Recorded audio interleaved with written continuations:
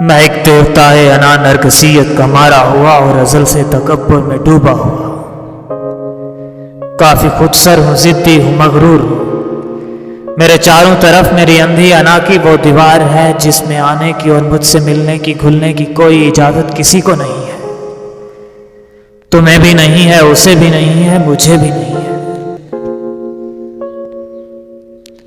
میں اپنی انا کی دیواروں میں تم سے الگ ہو رہا ہوں، مجھ پہ سجدہ بھی ہے۔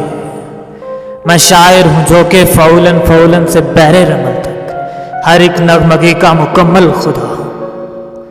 میں لفظوں کا آقا، تخیل کا خالق، میں سارے زمانے سے یکسر جدا ہوں۔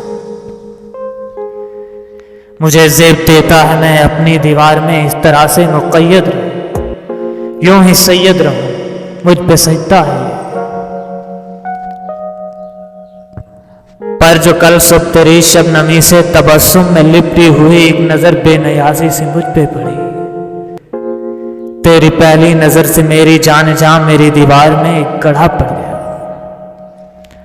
اور یہی نہیں، مجھ پہ وہی نظر جب دوبارہ پڑی، میری دیوار میں زلزلے آ گئے، میرے رخنے شگافوں میں ڈھلنے لگے، میرے اندر تلاطم، وہ آتش فشاں، وہ بگولے، وہ طوفان، وہ محشر بپا تھا کہ میں وہ کہ جس کے تحمل کی حکمت کی فہم و لطافت کی تمثیل شاید کہیں بھی نہیں تھی، سلگنے لگا، اپنی حدت سے خود ہی پگھلنے لگا۔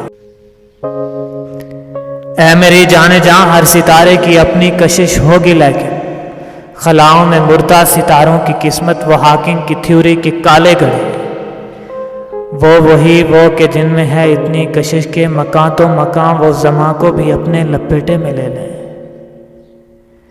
وہ ہاکنگ کی تھیوری کے کالے گڑھوں کی گریویٹی بھی تیری آنکھوں کی گہری کشش کے مقابلے میں کچھ بھی نہیں، اور یہ تو فقط ایک دیوار تھی، اسے گرنا ہی تھا، تیری نظروں سے ہاری ہے، بکھری پڑی ہے کہ دیوار کا ریزہ ریزہ تیری ایک نظر سے میری جان نجڑا پڑا ہے۔